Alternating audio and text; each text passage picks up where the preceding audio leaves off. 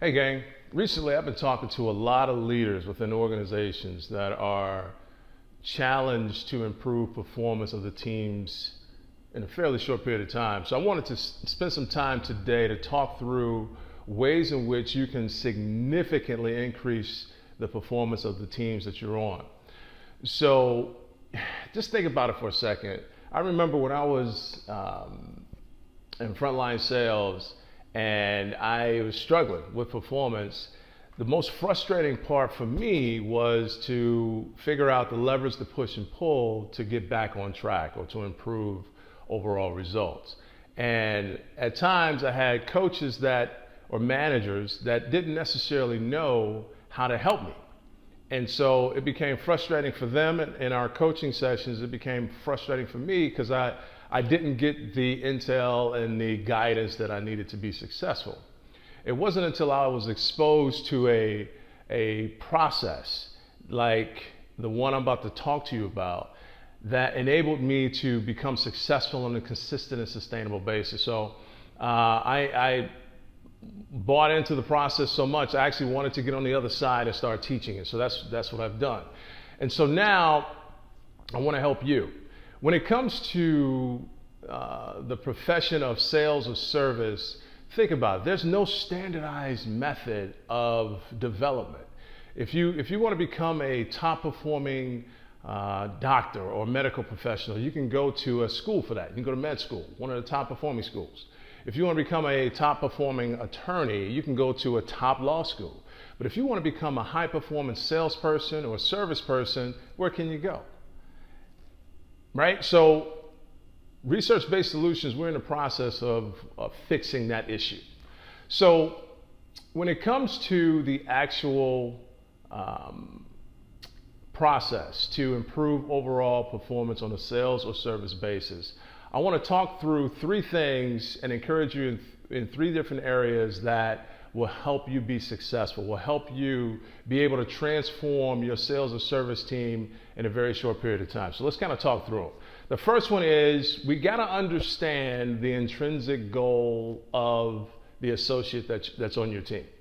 How many of you right now know exactly what your associates are trying to accomplish and why? Usually when I ask leaders of organizations that question, I'll get a very small percentage number, 30%, 40%. Here's the challenge. Get to know 100% of the associate goals on your team. Here's why. It's going to help you with the other steps that we're going to talk about in a second. If we don't know the intrinsic goals of what the associates are trying to accomplish, it makes your job as a coach, as a leader, that much more difficult. The reason is because if they're not operating towards something that's important to them, there's no energy behind or effort behind pursuing that particular goal.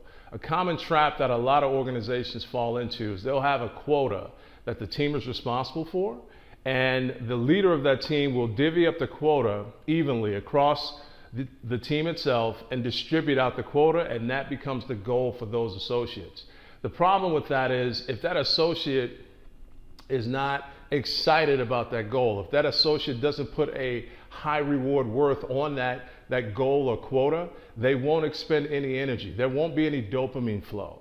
When you operate towards a goal that's important to you, or if your associates operate towards a goal that's important to them, the brain releases the chemical called dopamine, and the dopamine fuels the body. It gives the body the energy that it needs to pursue that goal. If that quota doesn't mean anything, there's no energy. So the first thing we need to do is understand 100% across the team, understand the intrinsic goal of each associate. Secondly, we need to understand the emotional intel of each associate. Now, I know emotional intelligence is a common term that's being tossed around, but really all it boils down to is knowing what motivates you or what makes you tick, and knowing what makes the other person tick, knowing your associates, right? So it's important for us to not only know how we operate, but we need to understand how that associate operates so that when it comes to influencing their behavior, we're able to carry the level of influence necessary for them to be successful. If we don't understand that emotional intel, we won't understand how to communicate effectively, and we won't understand how to influence behavior accordingly. So get to know the emotional intel of the associate. Number 3, you got to coach your way out of it. If you're trying to improve overall performance, that's going to be a coaching challenge, right? So now let's, again, when I talk about certain terms like coaching, emotional intelligence, let me spend some time on coaching for a second, because that's a common term that gets tossed around that many people think they know what it is, but they don't. I remember in my coaching sessions when I was a frontline associate, I would go into the office and basically get blasted about all the things that I wasn't doing well, and then I was pushed out of the door with the expectation that I knew how to fix it. And that's not coaching, gang. Here's how we define coaching at Research-Based Solutions: modifying behavior to achieve a desired result. When you're coaching, you should see modified behavior after the coaching session.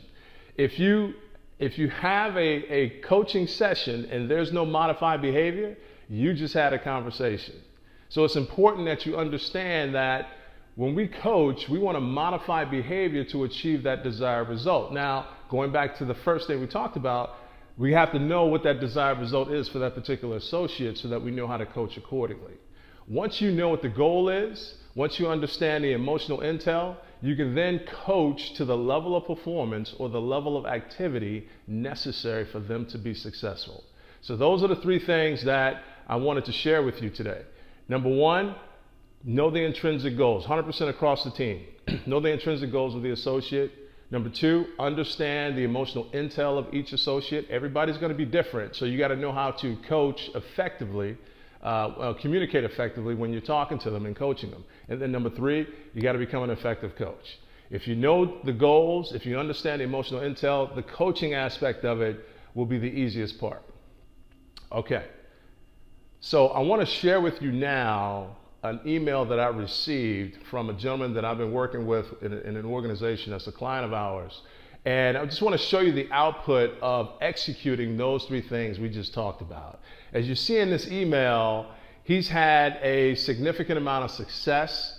And I think what you need to understand in the spirit of this email is that he now has the process down. So now it's a matter of replicating the process quarter after quarter after quarter to put that team on a consistent and sustainable high performance level. So I wanted to share that with you so that you can see the output of the execution of the 3 things that we talked about today. All I talked about with him were the same 3 things that I just shared with you. Okay, so if you need any help with any one of those 3 areas, getting to know the intrinsic goal of your associate, getting to know the emotional intel of that associate, and coaching, we'd love to help you. Go to our website, researchbasedsolutions.com. We actually have a free CGEI assessment that can help you with steps number 1 and 2. So do yourself a favor, have your team take that free assessment.